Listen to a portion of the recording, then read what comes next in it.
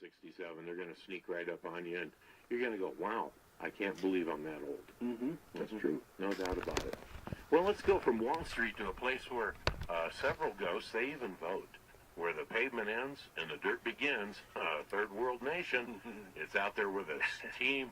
The city slogan is, huh? Yeah, Silver Springs, Nevada, the home of the longest continued.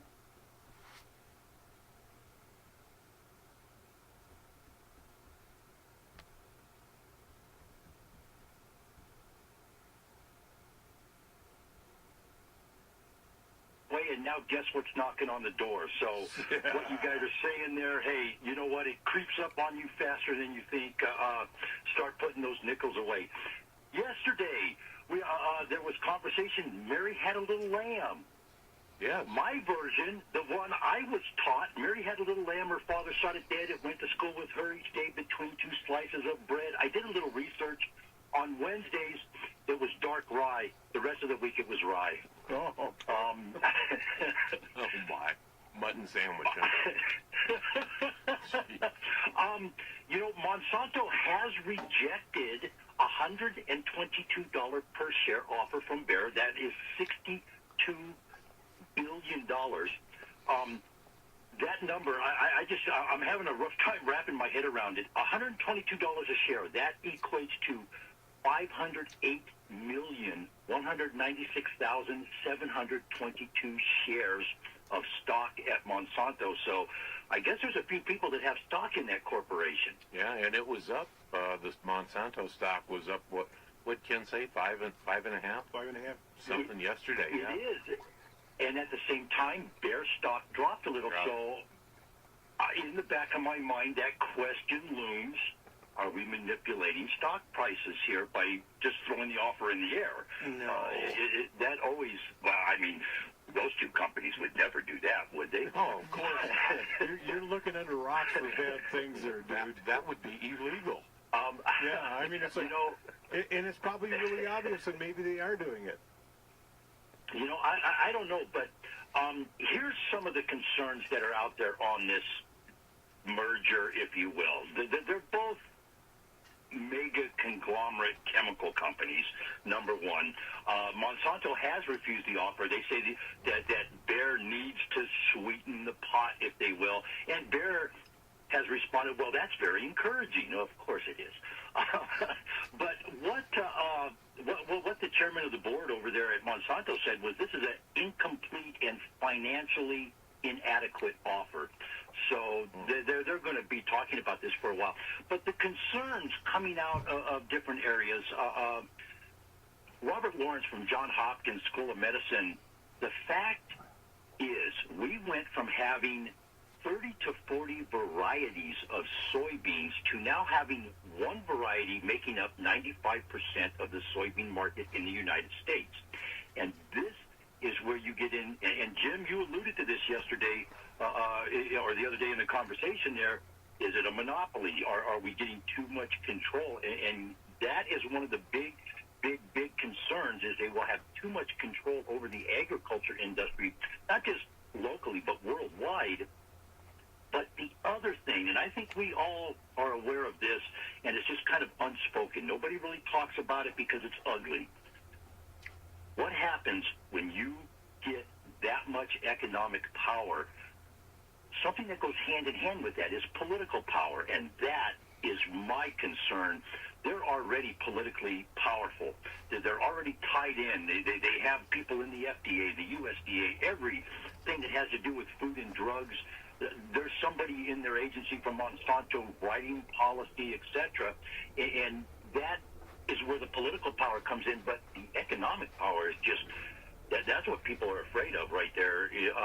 And what would happen is you'd have this mega conglomerate company pushing, I mean, let's be real, Monsanto right now sues a farmer when their product blows into the farmer's land and contaminates their crop. Monsanto sues and wins. That is a screwed up legal system. I'm sorry. I don't get that part of it. But that is what people are afraid of, is that all of a sudden you're going to have this company, Bayer, Monsanto, whatever they're going to call it, but you would have a company literally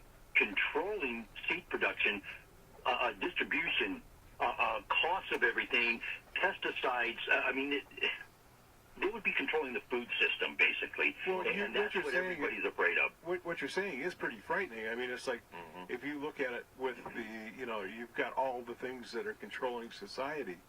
You've got politics, you've got money, Yeah. and politics and money and food and money food, yeah. and politics. So some of the lines are this is bad for farmers and anyone that eats.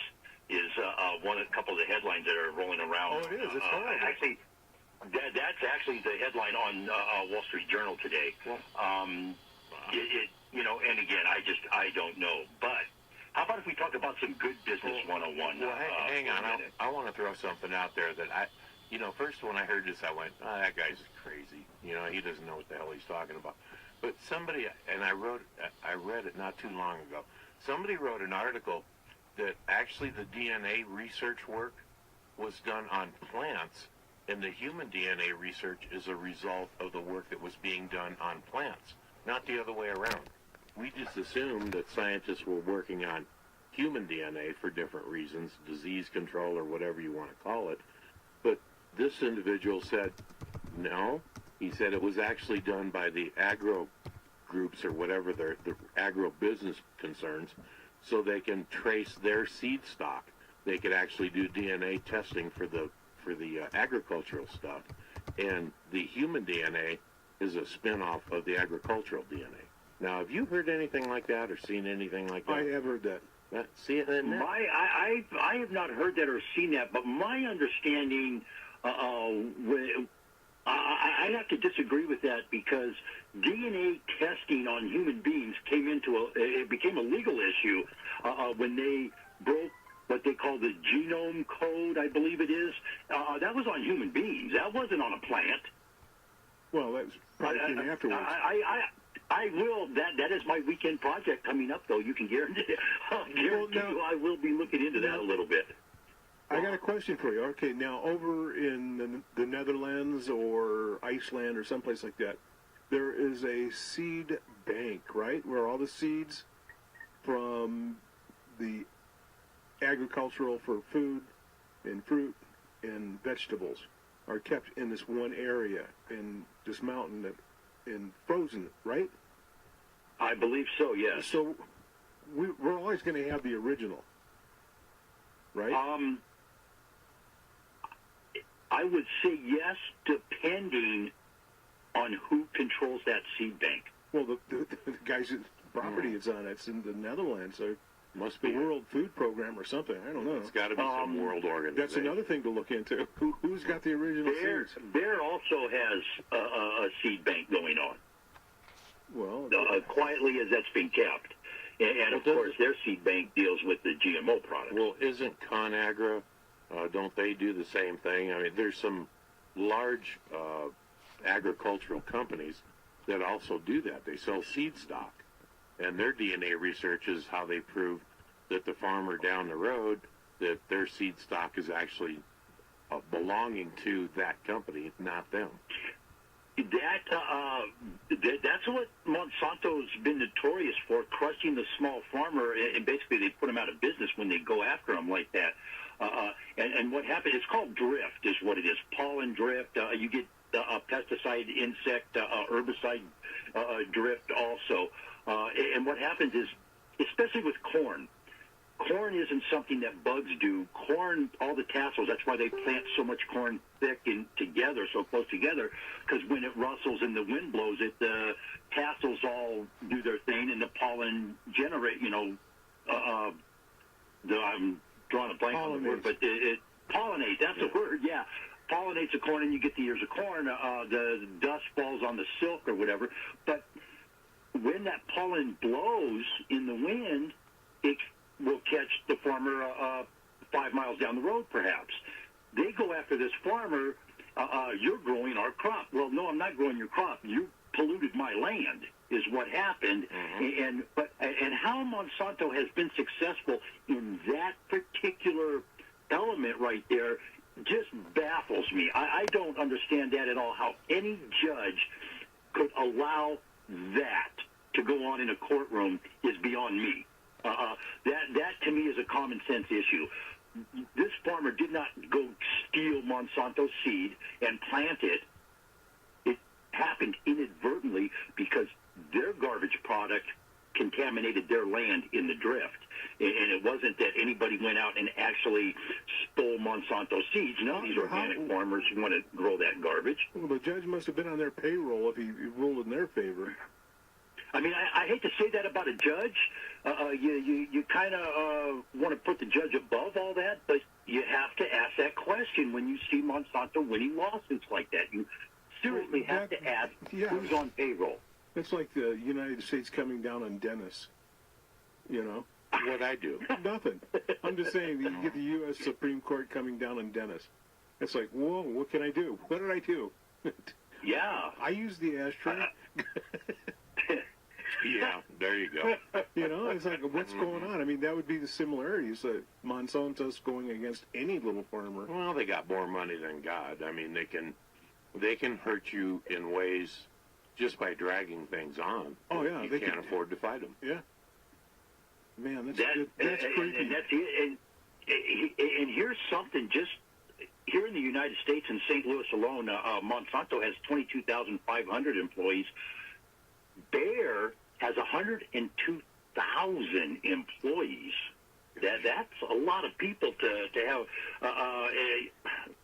That's just a lot. Market capitalization, you're looking at over $100 billion between the two companies.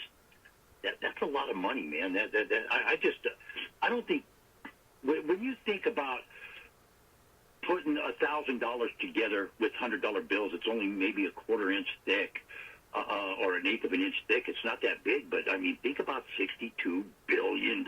I mean, is there a room big enough to hold a vault big enough to hold that much money? Jim would know how you've got those $100 bills stacked on pallets in your garage. How much room does that take up, Jim? Well, that's like a 2-car garage. Yeah.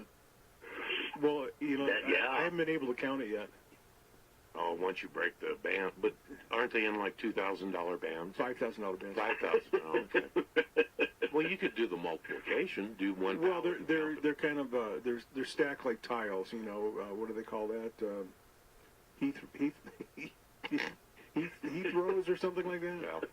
Well, you know, I've never seen that much money in my life. I've always been told that if you stand near money, it will come to you. You know, if you. I guess I'm standing in the wrong corner then, huh? I know. So I've never found that corner either. It's like, where can you stand next to money? Man. You know, unless you. You know.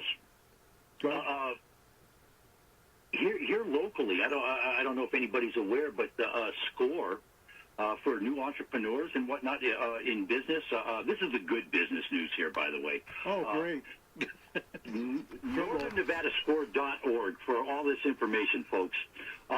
June 4th, coming up here next week, how to use social media effectively. I have said for many, many years now, social media is a tool. If you're in business, you need to learn how to use social media as a tool and tie everything together.